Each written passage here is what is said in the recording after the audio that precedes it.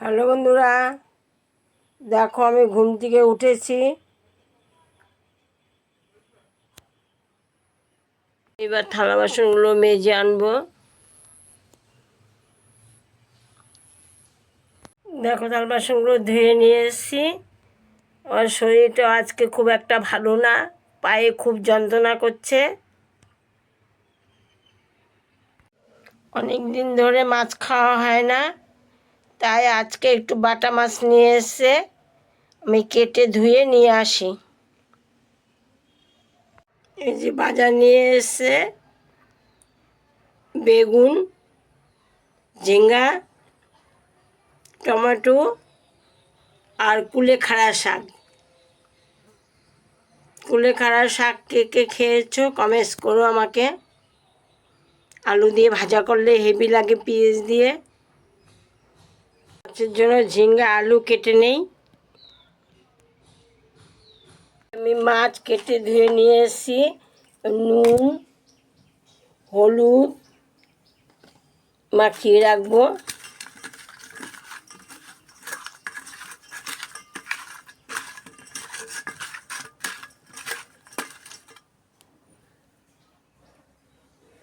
এখানে ডাল বসিয়ে দিয়েছি। আমার তেল গরম হয়ে গেল, কড়াই গরম হয়ে গেলে তেল দিয়ে দিলাম।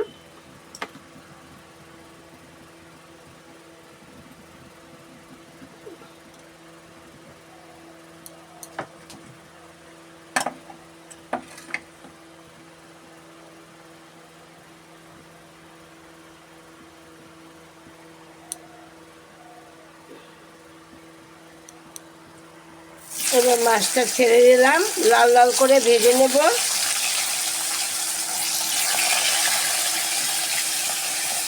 যেগুলো লাল লাল করে ভেজে তুলে নিয়েছি, এখন এই তেলের মধ্যে জিরা সম্বার দিলাম,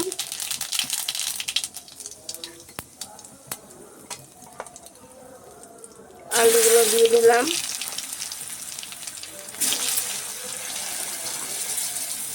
ঝিঙ্গা দিয়ে ভাজা ভাজা করে নেব। টমেটো দিয়ে সব দিয়ে ভাজা করে। এখানে আছে লঙ্কা আর মানে জিরের গুঁড়ো, পরিমাণ মতো নুন দিয়ে দিয়েছি।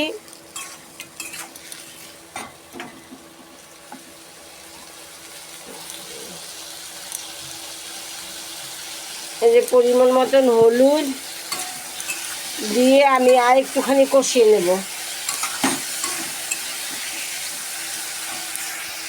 কষানো হয়ে গেছে, এবার পরিমাণ মতো জল দিয়ে দেবো।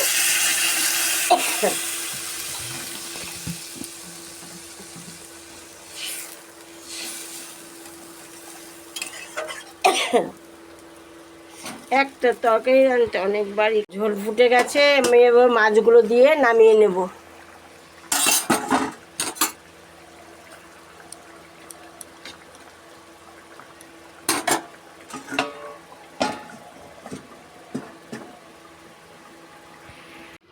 এখানে আছে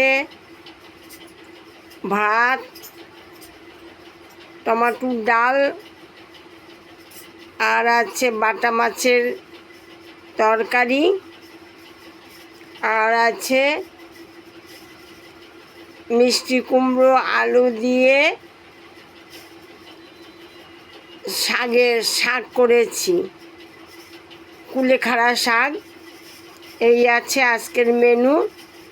আমাকে যদি তোমাদের ভালো লেগে থাকে অনেক অনেক কমেন্ট শেয়ার করো, লাইক করো, পাশে থেকো, সাথে থেকো, এরকম করে আমার পাশে থেকো।